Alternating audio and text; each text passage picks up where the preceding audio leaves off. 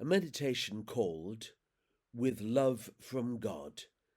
Some imagined words of Joseph. I don't know whether you've ever spotted this, but I'm completely silent. If you look through the story, I say nothing.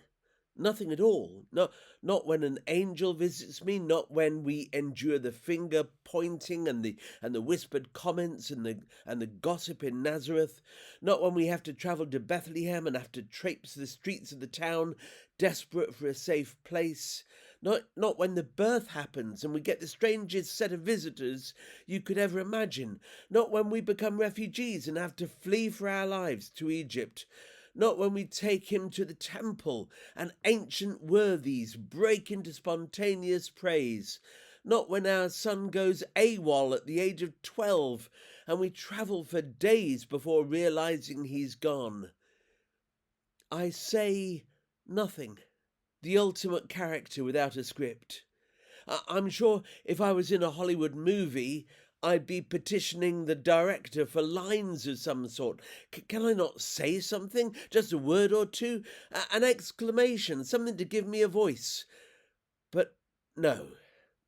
And now you can get nativity sets where I'm entirely absent, or you can't tell the difference between me and a shepherd.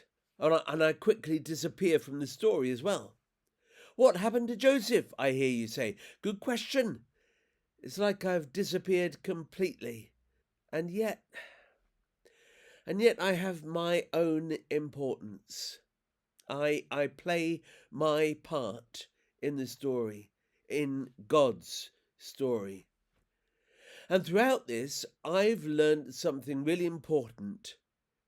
Every life is a gift from God, loved and precious.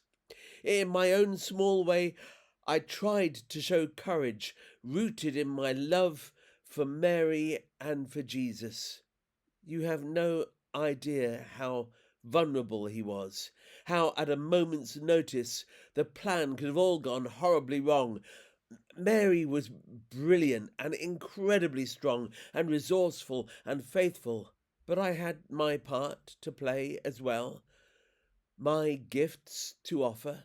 And without that faithfulness, that willing to play my part, to be the bit player who doesn't get to speak, without me being part of the story, who knows how things would have played out, how different things would have been.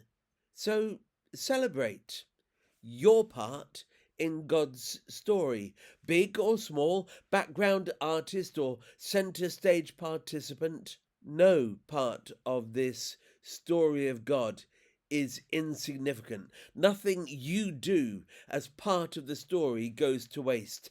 Everything you do, whether it seems as though it is noticed or not, it has power and weight and its own beauty and glory. So search and participate and engage and enjoy, because your part is important. More than that, your part is vital in order for everything to work. You are a significant other, and you are a gift.